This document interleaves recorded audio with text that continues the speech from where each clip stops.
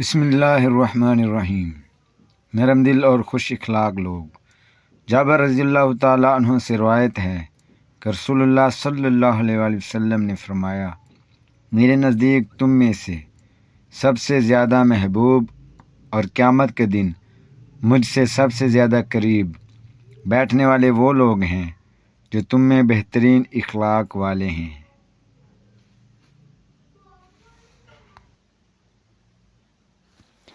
کمزور اور بے حال لوگ جنت کے وارث۔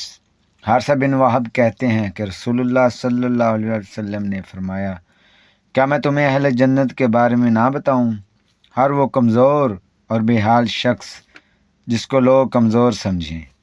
کیا میں تمہیں اہل جہنم کے بارے میں نہ بتاؤں؟ ہر وہ سخت مزاج، پیسہ جوڑ جوڑ کر رکھنے اور تکبر کرنے والا۔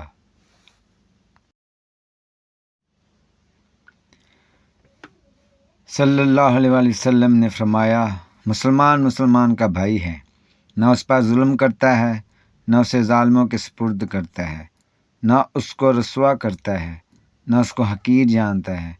کسی شخص کے بدبخت ہونے کے لیے اتنا ہی کافی ہے کہ وہ اپنے مسلمان بھائی کو حقیر سمجھے۔ سیدنا ابو ہریرہ سے روایت ہے، فرماتے ہیں رسول اللہ صلی اللہ علیہ وسلم نے فرمایا، جب رمضان آتا ہے تو جنت کے دروازے کھول دیے جاتے ہیں، جہنم کے دروازے بند کر دیے جاتے ہیں اور شیاطین جکڑ دیے جاتے ہیں۔